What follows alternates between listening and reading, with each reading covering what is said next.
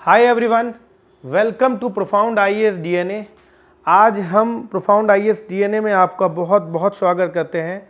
I hope you all are fit and fine.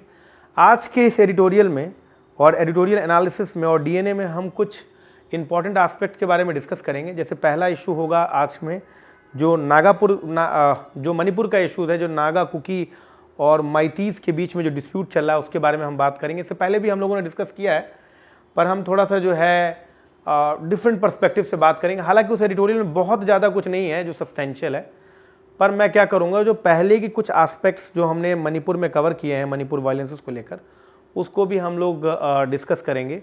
इसके अलावा एक एडिटोरियल आपका जो है वो एडोलसेंट गर्ल्स के ऊपर है, एक एडिटोरियल कम्युनल वायलेंस के ऊपर है, एक एडिटोरियल गवर्नर के एसेंट से लेकर और कुछ छोटे मोटे आर्टिकल्स हैं। ठीक है, तो आज हम उसको बहुत डिटेल से कवर करेंगे। इससे पहले कि हम आगे बढ़ें, हम आपको बताना चाहते हैं कि प्रोफाउंड आईएएस के मतलब उसमें कौन कौन से इनिशिएटिव स्टार्ट किए गए हैं। तो जो पहला इनिशिएटिव है फाउंडेशन कोर्स का, जो कि आज ही से स्टार्ट हुआ है, first 1 year complete course for UPSC PCS 2024। इसके अलावा complete coverage for prelims and mains, quality answer writing sessions होंगे, टेस्ट सीरीज होगा for both prelims and mains, complete guidance for civil services, assured guarantee मिलेगा selection का। इसके अलावा UPSC geography optional है 2024 का, वो भी आज से स्टार्ट हुआ है। कंप्लीट कवरेज मिलेगा पेपर 1-2 का, mapping practice, comprehensive coverage for physical and human geography, answer writing practice session, regular test होंगे आपके। इसके अलावा comprehensive course for UPSC mains mission 500+, इसमें इंडियन एंड वर्ल्ड हिस्ट्री होगा, post independence, art and culture, polity, science and technology, international relations, internal security, ethics, aptitude, integrity, answer writing और बहुत कुछ है इसमें। ठीक है, इसके अलावा जिन बच्चों ने यूपीएससी प्रीलिम्स क्लियर किया है उनको बहुत बहुत मुबारकबाद। इसके अलावा जो लोग नहीं क्लियर कर पाए वो बहुत ज़्यादा दुखी ना हो, समझ में आ गया। आपके पास एक बहुत इम्पॉर्टेंट अपॉर्चुनिटी है जिसमें हम लोग क्या कर सकते हैं कि मेंस की पूरी तरीके से प्रिपरेशन कर सकते हैं। ये जो इंटररेगनम क्रिएट हुआ है, इसमें हम लोग जो है मेंस को खींच सकते हैं काफ़ी ज़्यादा। ठीक है, जो बच्चे प्रीलिम्स क्लियर कर लिए हैं वो लोग comprehensive course for mains mission 500+ join कर सकते हैं। और एट द सेम टाइम आपको डीएनए जरूर देखना चाहिए रोज़, तो इससे आप सब मेंस आंसर राइटिंग काफ़ी इंप्रूव होगा। ठीक है, तो चलिए शुरू करते हैं आज का हमारा डीएनए एनालिसिस। देखिए, Manipur a rude reminder of north eastern tensions. अब ये आर्टिकल क्या है, जरा इसको समझने की कोशिश करिए। देखिए सर क्या है, मैं आपको थोड़ा सा बेसिक से पहले से बताना चाहता हूँ। जो लोगों ने पहले से, जिनको नहीं आइडिया होगा, उनके लिए बहुत इंपॉर्टेंट है। तो मैं क्या बताता हूँ कि थोड़ा बैकग्राउंड देकर आपको मणिपुर से बता देते हैं। हालांकि आपको पता होगा कि क्या है, लेकिन फिर भी थोड़ा सा शुरुआत से कर देंगे तो आप में एक कंटिन्यूटी मेंटेन रहेगी, so that you guys can understand what is the exact issues going on in Manipur, right. ये ध्यान रखिएगा। ठीक, चलिए शुरू करते हैं। देखिए, मणिपुर को पहले समझिए। मणिपुर को अगर समझेंगे तो पहले उसे ज्योग्राफिकली समझेंगे तो समझ में आ जाएगा। मणिपुर में मणिपुर हिल्स है, ध्यान सुनिएगा। मणिपुर में जो है वो बर्मीज हिमालयस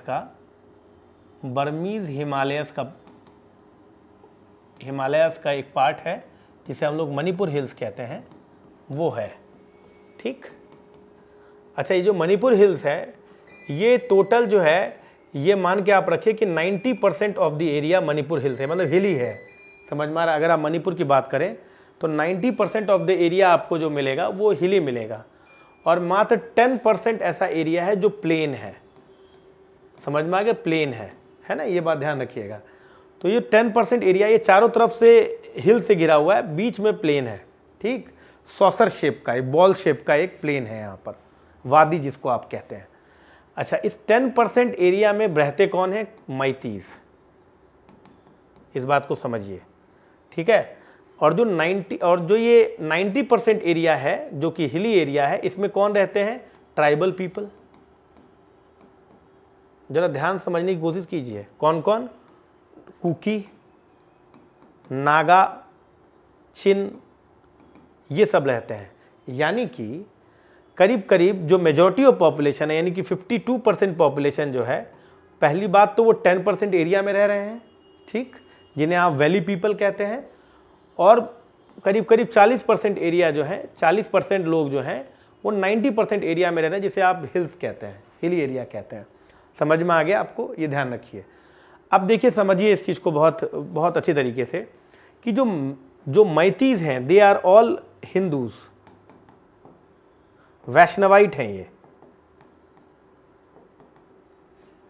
ठीक। और जो ये कुकी नागा चिन है, दे आर ऑल जो है, they are all basically Christians, most of them are Christians, और कुछ एनिमिज्म वगैरह भी एक्सेप्ट करते हैं। अब जरा बात समझिए इस चीज़ को, ऐसा डेमोग्राफी पहले नहीं था। जब ब्रिटिश इंडिया आई थी तो उन्होंने देखा कि नॉर्थ ईस्ट का एरिया में ज़्यादातर जो है लार्जली ट्राइबल पीपल रह रहे हैं जो नेचर वर्शिप करते हैं। तो इन्होंने क्या किया कि चूंकि नॉर्थ ईस्टर्न एरिया में पेट्रोलियम बहुत ज़्यादा था और टी कल्टीवेशन बहुत ज़्यादा कर रहे थे ये लोग, तो इस वजह से क्या किया कि जो ब्रिटिशर्स इस एरिया में आए तो उन्होंने देखा कि नेचुरल रिसोर्सेज कैसे करके लूटा जाए इसको, समझ में आया। तो फिर इन्होंने क्या करा कि इसमें इनर लाइन परमिट का कॉन्सेप्ट लाया, जो आज भी चलता है यहाँ पर, इनर लाइन परमिट। उसके तहत ये हुआ कि जो नॉर्थ ईस्ट जो है, जो नॉर्थ ईस्ट का एरिया है, इस एरिया में जो जो ट्राइबल पॉकेट्स हैं उनमें इनर लाइन परमिट होगा, उसमें आउटसाइडर कोई नहीं आ पाएगा, लेकिन वहां पर ब्रिटिश मिशनरी जा सकते हैं। समझ रहे हो बातों की नहीं? तो उन्होंने सोचा कि किसी तरीके से इनको क्रिश्चियन में, अगर क्रिश्चियनिटी में कन्वर्ट कर दिया जाए तो ये किस तरह का क्रिश्चियन किंगडम बन सकता है। समझ में आ रहा है? तो इवन आफ्टर इंडिपेंडेंस भी इस एरिया पर हम ऑक्यूपाई करके रह सकते हैं, और यहाँ पर हम जो है सभी जगह पर नज़र रख सकते हैं, साउथ ईस्ट एशिया, चाइना, सभी जगहों पर नज़र रख सकते हैं, इंडिया पर नज़र रख सकते हैं। उन्हें लगा कि हम आफ्टर द इंडिपेंडेंस अगर हमें कभी जाना भी पड़ा तो भी हम यहाँ छोड़ के नहीं जाएंगे। तो इसी वजह से मिशनरी एक्टिविटीज़ जब यहाँ कंटिन्यू रहा तो कुकी नागा चिन जो कम्युनिटी थे वो they are all converted to Christians.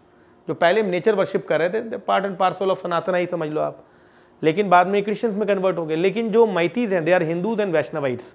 समझ में आ रहा है? ये ध्यान रखिए, है। अब सारा बवाल इन्हीं दोनों के बीच में है।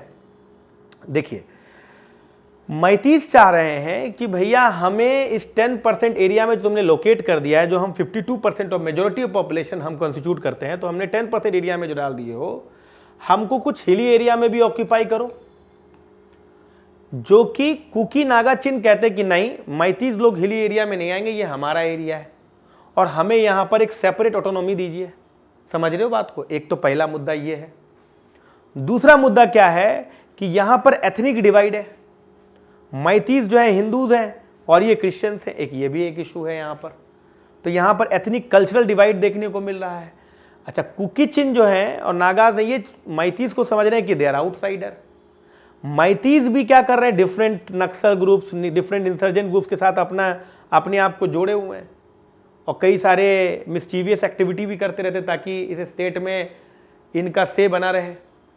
लेकिन यहीं पर कुकी नागा चिन जो वगैरह जो होते हैं वो भी अपने अपने इंसर्जेंट ग्रुप बनाए हुए हैं।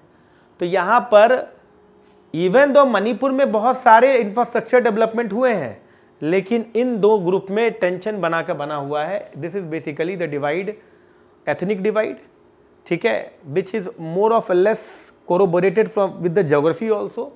ये हिल और वैली का भी डिवाइड है, ये एथनिक डिवाइड भी है।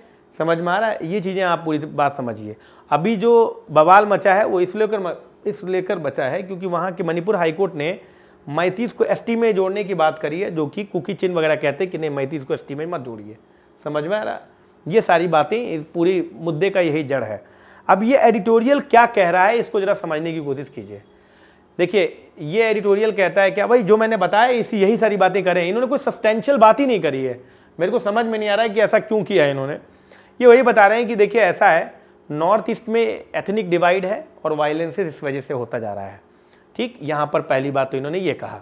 ठीक, फिर ये क्या कह रहे हैं कि थोड़ा सा मैं आपको ना दूसरे पेज पे ले जाता हूँ ताकि आपको जो है बड़ा बड़ा दिखाई दे। ठीक, अब देखो ये क्या कह रहे हैं। पहला तो बोले एथनिक डिवाइड है जिसकी वजह से वायलेंस हो रहा है। फिर ये बोलते हैं यहाँ पर कि काफ़ी सारा रीजनल सेंट्रिक कैलकुलस है, यहाँ पर लैक ऑफ इंटरनल कोहेजन है, कोई एथनिक और क्लास राइवलरीज दिखाई देता रहता है हमेशा। समझ में आ रहा है? यहाँ पर कोई तरह का कंपोजिट कल्चर नज़र नहीं आ रहा है। समझ में आ रहा है? यहाँ पे बोला कि भारत के अदर पार्ट्स में भी कंपोजिट कल्चर की कमी है, लेकिन यही कास्ट ओवरशैडो हो रहा है नॉर्थ ईस्टर्न एरिया में भी। ऐसा नहीं है कि यहाँ पर इंफ्रास्ट्रक्चर डेवलपमेंट नहीं हुआ है, इंफ्रास्ट्रक्चर डेवलपमेंट काफ़ी हद तक हुआ है, लेकिन फिर भी कोई भी इंफ्रास्ट्रक्चर डेवलपमेंट या कनेक्टिविटी जो है यहाँ के एक मुद्दे को, यहाँ का जो एथनिक डिवाइड है उस मुद्दे को दबा ही नहीं पा रहा। एथनिक डिवाइड जो है वो हमेशा ओवरशैडो कर दे रहा है अदर चीज़ों को, इसीलिए यहाँ पर क्लैश आपको देखने को काफ़ी मिलता रहता है। अच्छा, यहाँ पर दोनों हैं, हिली पीपल समझ रहे हैं कि वी आर शोविनिस्टिक, हम बड़े हैं, हाँ, मतलब हम हिली पीपल हैं, we are indigenous to the land. वहीं पर माइथी शोविनिज्म भी नजर आ रहा है। माइथी शोविनिज्म क्यों नजर आ रहा है? वो सर जी समझ रहे हैं कि हम मेजॉरिटी ऑफ पॉपुलेशन है, समझ में आ रहा है, हमको उस तरीके से देखे जाना चाहिए। तो माइथीज जो है वो कहीं ना कहीं जो है डिफरेंट स्ट्रेटजीज अपनाते रहते हैं। इंसर्जेंट आउटफिट्स के साथ उन्होंने अपने आप को जोड़ लिया है। उसके अलावा कई बार जो है आपको मॉइस्ट एक्टिविटीज़ के साथ भी जोड़ते हुए नजर आते हैं। तो there is a great amount of polarisation between these two communities. समझ में आ रहा है आपको कि नहीं? तो डिमांड फॉर सेपरेट एडमिनिस्ट्रेशन का भी होता रहता है, जिसको माइथीज कह रहे हैं कि नहीं मत दीजिए इनको, हिली पीपल कह रहे हैं दीजिए। अभी हाई कोर्ट ने बोला है कि भैया एसटी स्टेटस दीजिए माइथीज को, जिसे कुकी चिन्ह बोलते हैं कि नहीं इनको एसटी स्टेटस मत दीजिए। तो यही सारी बवाल है सर, बेसिकली इतनी डिवाइड है दोनों कंट्री के बीच में। तो अब यहाँ पर इन्होंने देखिए कोई सब्सटैंशियल सोल्यूशन नहीं दिया है, इतना भी नहीं बोला जितना मैंने आपको बैकग्राउंड दिया है, उतना भी नहीं बोला इन्होंने। समझ में आ रहा है? इतने तक आर्टिकल में बस खाली बता रहे हैं कि ऐसा है, इसने इसके साथ जोड़ रखा है, माइथीज ऐसा कर रहे हैं, कुकीज ऐसा कर रहे हैं, लेकिन कुछ सब्सटैंशियल तथ्य नहीं है। अच्छा, एक और बहुत बड़ा मुद्दा है इस माइथीज और कुकी चिन्ह, ये जो आपको डिवाइड दिख रहा है हिली और वैली पीपल में, इसमें आपको अब मतलब एक्सटर्नल पावर का भी रोल बहुत ज़्यादा है। चाइना का और म्यांमार का, इन सब का रोल भी बहुत ज़्यादा है। समझ में आ रहा है? ऐसे ये मुद्दा नहीं बैठा है, इनको आर्म्स प्रोवाइड कौन कर रहा है? ये एक्सटर्नल पावर्स ही प्रोवाइड कर रहे हैं ताकि रिफ्ट बना रहे और हम परेशान रहे। समझ में आ रहा है आपको कि नहीं? तो यहाँ पर यही इन्होंने बोला है कि देखिए कोई एक ये सेंट्रीफ्यूगल टेंडेंसी डेवलप हुआ है, तो आप किसी एक कम्युनिटी को खुश कर देंगे दूसरे को नहीं करेंगे, इससे सोल्यूशन नहीं होगा। आपको सर जी क्या करना होगा कि आपको दोनों ही कम्युनिटी को खुश करके रखना पड़ेगा, दोनों ही कम्युनिटी को आपको जो है पैसिफाई करके रखना पड़ेगा, क्योंकि पोलराइजेशन अगर बढ़ गया तो बहुत बड़ी समस्या आपके सामने आने वाली है। तो सेंट्रल गवर्नमेंट के सामने ये है कि वो कैसे एम्बिवैलेंस क्रिएट करके रखे और जल्दी से जल्दी वायलेंस को हटाए। इसके दिशा में उन्होंने बहुत काम किया है, उन्होंने एक कमेटी बैठाई है, उन्होंने जो है उसको इन्वेस्टिगेट करे, सीबीआई इंक्वायरी चल रही है। तो ये सब चीज़ें हैं, कुछ स्टर्न एक्शन लेने की जरूरत है ताकि वायलेंस यहाँ पे ना हो, है ना? यही सब चीज़ें बातें बताई गई हैं। तो देखो यार, मैंने आपको ऑलरेडी बहुत कुछ बता दिया है। यहाँ पर आपको बस एक क्वेश्चन बोला जा सकता है लिखने के लिए, बोल सकते हैं आपको क्या कि discuss the ethnic divide,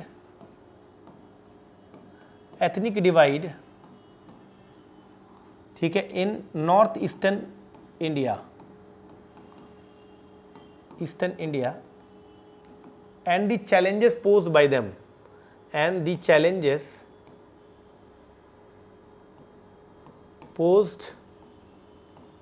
them what are the solutions, ठीक है, सजेस्ट रेमेडीज।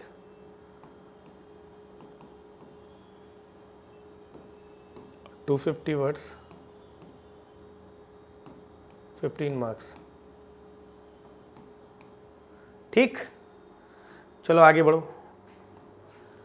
अच्छा, अगला एडिटोरियल है कि amplify the subject of adolescent girls nutrition. अब ये आर्टिकल क्या कह रहा है मैं समझाता हूं आपको। इन्होंने क्या कहा है, एडोलेसेंट्स किसको कहते हैं? आप मान के रखो कि 14 से 18 एडोलेसेंट कहलाता है, 14 से नीचे बच्चा, 14 से 18 जो है एडोलेसेंट्स। तो ये क्या कह रहे हैं, ध्यान सुनिएगा सर, ये क्या कह रहे हैं, ये क्या कहना चाह रहे हैं? एडोलेसेंट्स क्या हैं? एडोलेसेंट्स जो 14 से 18 ग्रुप के जो लोग होते हैं, समझ में आ रहा है? तो ये एडोलेसेंट गर्ल्स के बारे में देखिए, समझिए इस चीज़ को। इन्होंने कहा है कि बेस्ट इन्वेस्टमेंट अगर ह्यूमन कैपिटल में अगर आपको करना है तो आप एडोलेसेंट गर्ल्स में करिए। क्यों, आप समझिए। अगर मान लीजिए आपने एडोलेसेंट गर्ल्स के हेल्थ पर खर्चा किया, अगर आपने हेल्थ पर एक्सपेंडिचर किया तो क्या होगा? उनको कोई डिजीज नहीं होगा, उनको एनीमिया नहीं होगा, अंडर न्यूट्रिशन नहीं होगा। आप बात समझ रहे हो कि नहीं? ऐसी विमेन अगर प्रेग्नेंट होंगी तो जो उनका बच्चा होगा उनका बच्चा जो होगा वो भी हेल्दी होगा। इसका मतलब जो ह्यूमन कैपिटल डेवलपमेंट है वो होगा आपका ह्यूमन डेवलपमेंट। अच्छा, अगर मान लीजिए इनके हेल्थ पर आपने कम खर्चा किया तो उसमें एनीमिया ज़्यादा होगा, अंडर न्यूट्रिशन होगा, वही उसके बच्चे में रिफ्लेक्ट होगा। आप बात समझ रहे हैं? Point number 1।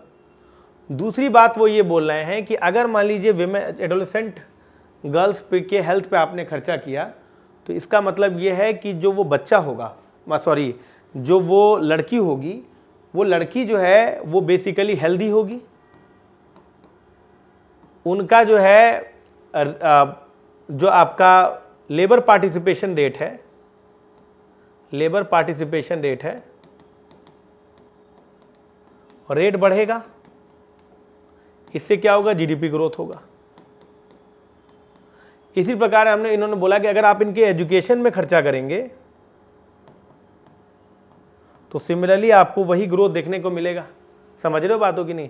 तो इन्होंने कहा है कि भैया बेस्ट ये है कि आप एडोलेसेंट गर्ल, अगर कहना बेस्ट इन्वेस्टमेंट इन्होंने बोला है कि अगर आप एडोलेसेंट गर्ल्स के हेल्थ पे खर्चा करते हैं, उनके न्यूट्रिशन पे खर्चा करते हैं, उनके खाने पे खर्चा करते हैं, तो बहुत कुछ आपको बेनिफिट गेन करने वाला है। देखिए यही पॉइंट टू बी नोटेड है इस आर्टिकल में, अभी हम दोबारा नहीं लिखेंगे बार बार। समझ में आ रहा है? इन्होंने क्या बोला है कि वो बेस्ट खर्चा माना जाएगा आपके सामने। ठीक है, ये ध्यान रखिएगा। अच्छा, इन्होंने एक और बात कही कि मान लीजिए कि आपने एडोलेसेंट पे खर्चा नहीं किया, अगर आप नहीं कर रहे हैं, और वो एक चैलेंज भी है, एडोलेसेंट पे खर्चा, एडोलेसेंट गर्ल्स पे खर्चा करना एक चैलेंज भी है। का है, हम लोग जिस सोसाइटी में रह रहे हैं वो पेट्रियार्कल सोसाइटी है, वहाँ पर कोई भी वुमेन पे खर्चा करना नहीं चाहता, स्पेशली उसके हेल्थ पे तो बिल्कुल ही नहीं। समझ में आ रहा है?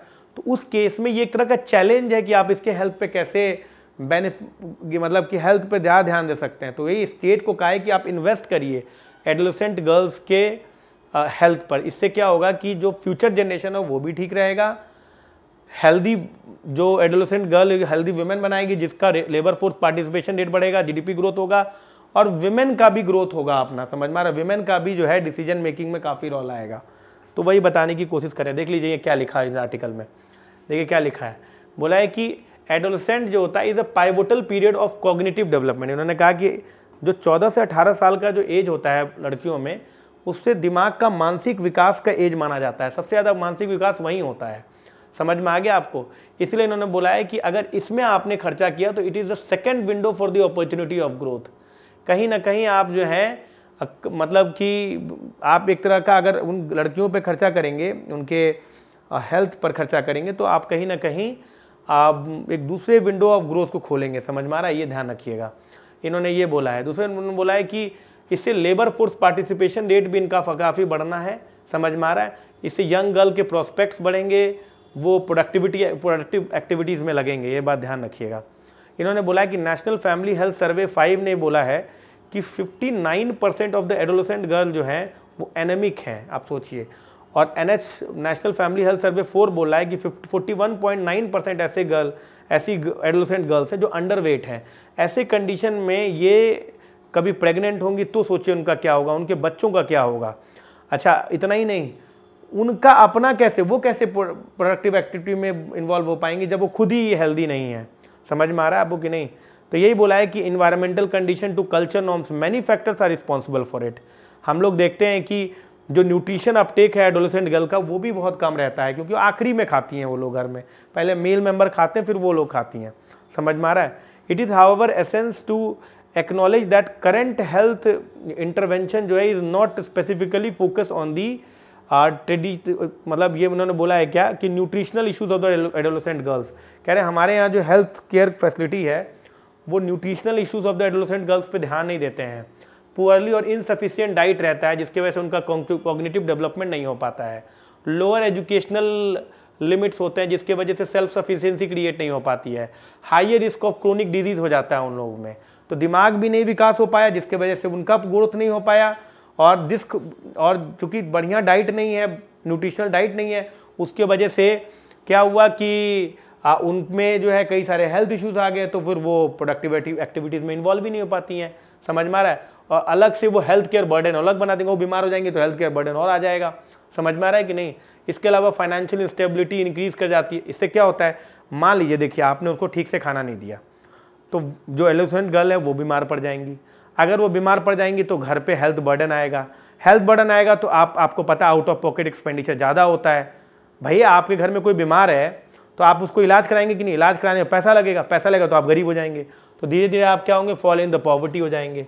समझ में आ रहा है? फिर लेस एजुकेशन मिलेगा, फिर दिमाग सोसाइटी में और भी स्थिति खराब होती चली जाएगी। तो इन्होंने बोला है कि भैया ऐसा है, इन सब चीज़ को अगर अवॉइड करना और inter generational cycle of poverty से दूर होना है तो बहुत ज़रूरी है कि आप एडोलेसेंट के हेल्थ पर ध्यान दें।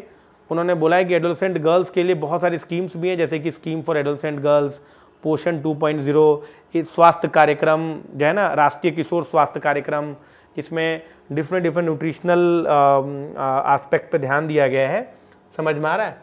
लेकिन इसके अलावा भी इन्होंने बोला है कि आपको क्या करना है सर जी, तो इन्होंने बोला है आपको कि इसके अलावा आप targeted and regionally contextualise social and behavioural change communication करना चाहिए आपको। समझ में आ रहा है?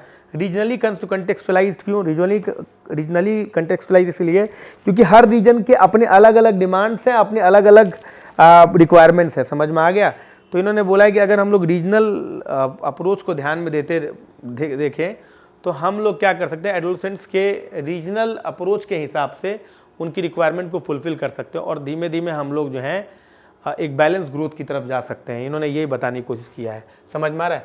तो पॉइंट टू बी नोटेड में एक पॉइंट और आप नोट डाउन कीजिए कि देखिए, सिंपल सा आप समझिए, पॉइंट टू बी नोटेड में मैं थोड़ा सा और लिखाई दे रहा हूँ आपको। Point to be noted negative aspects में देखिए क्या है। आपने अगर मान लीजिए एडोलेसेंट्स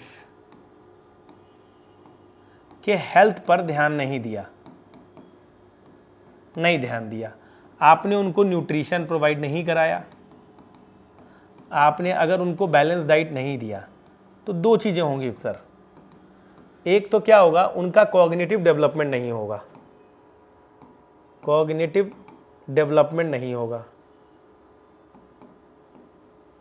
अगर कॉग्निटिव डेवलपमेंट नहीं हुआ सर, ध्यान सुनिएगा सर, बहुत इंपॉर्टेंट है। तो इससे क्या होगा, अगर कॉग्निटिव डेवलपमेंट नहीं हुआ तो आप उनसे एक्सपेक्ट मत करिए कि वो कोई प्रोडक्टिव एक्टिविटी में इन्वॉल्व हो सकते हैं,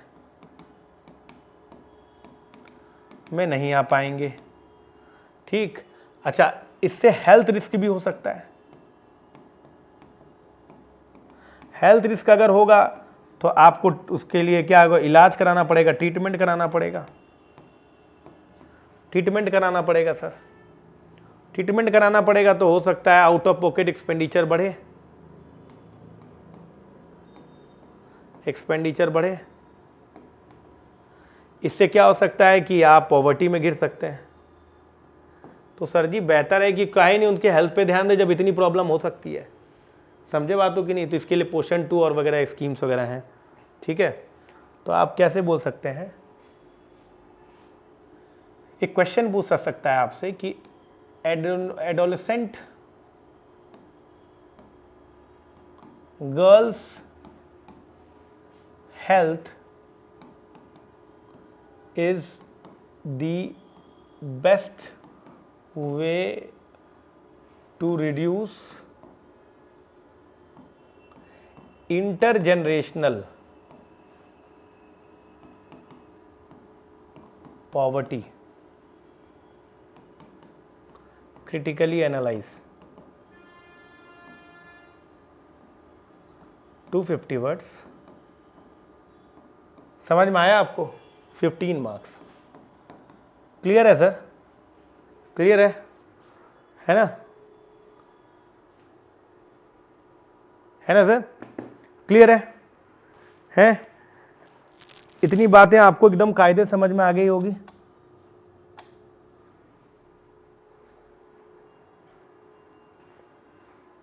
है सर? चलिए शुरू करते हैं। ओके,